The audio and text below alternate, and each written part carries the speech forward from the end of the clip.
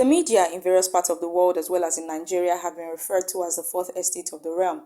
One of its major functions is to serve as the watchdog over political and other activities in the society, with an aim to bring to light actions or practices that threaten the welfare of the general public. It has, however, become worrisome that despite the presence of the media, a lot of these ills still take place and are allegedly swept under the carpet.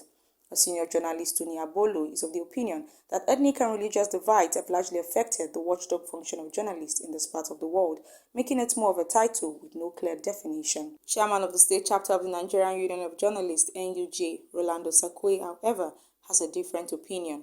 For him, the media has been up and doing in fulfilling their mandate to the society. As long as everyone looking at television, we tend to be very self-censored in a way that it ought not to be, because the eyes of the political class and the elite are on us. So we tend to pander to them.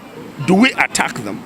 Do we say what they're doing is creating all the banditry, all of the moral indecency, all this fact of rape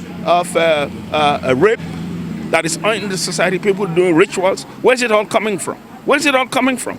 It's a political class that has led into this moral morass, and we ought to say these are the cause of the problem. As a journalist, we don't seek praises. You must report the issue the way they are. Then they also help to bring out corruptive nature of some persons in the society, because they will first of all broke the news.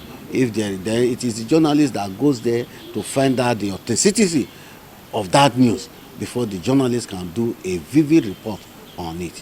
So I would say they also act as a complementary effort in combating corruption in our society. The journalist suggests that although the new media has a part to play in watching the society, the level of freedom accessible on that medium must be brought under control. Both we, the practitioners and outsiders, have not yet determined what we should do with the tools we have to moderate in terms of the conscience and the moral code of the society. Until that is achieved, we will not be able to tell ourselves what ought to be what we should be doing. Some media house owners are the people also killing journalism, because they subvert the interest of the journalists. They make them to write what journalists are not supposed to write. Like some media houses where they employ journalists, they use journalists as a tool without giving them the proper remuneration. And when proper remuneration is absent from the life of any man, I tell you, the journalist cannot do, or that man cannot do anything positively.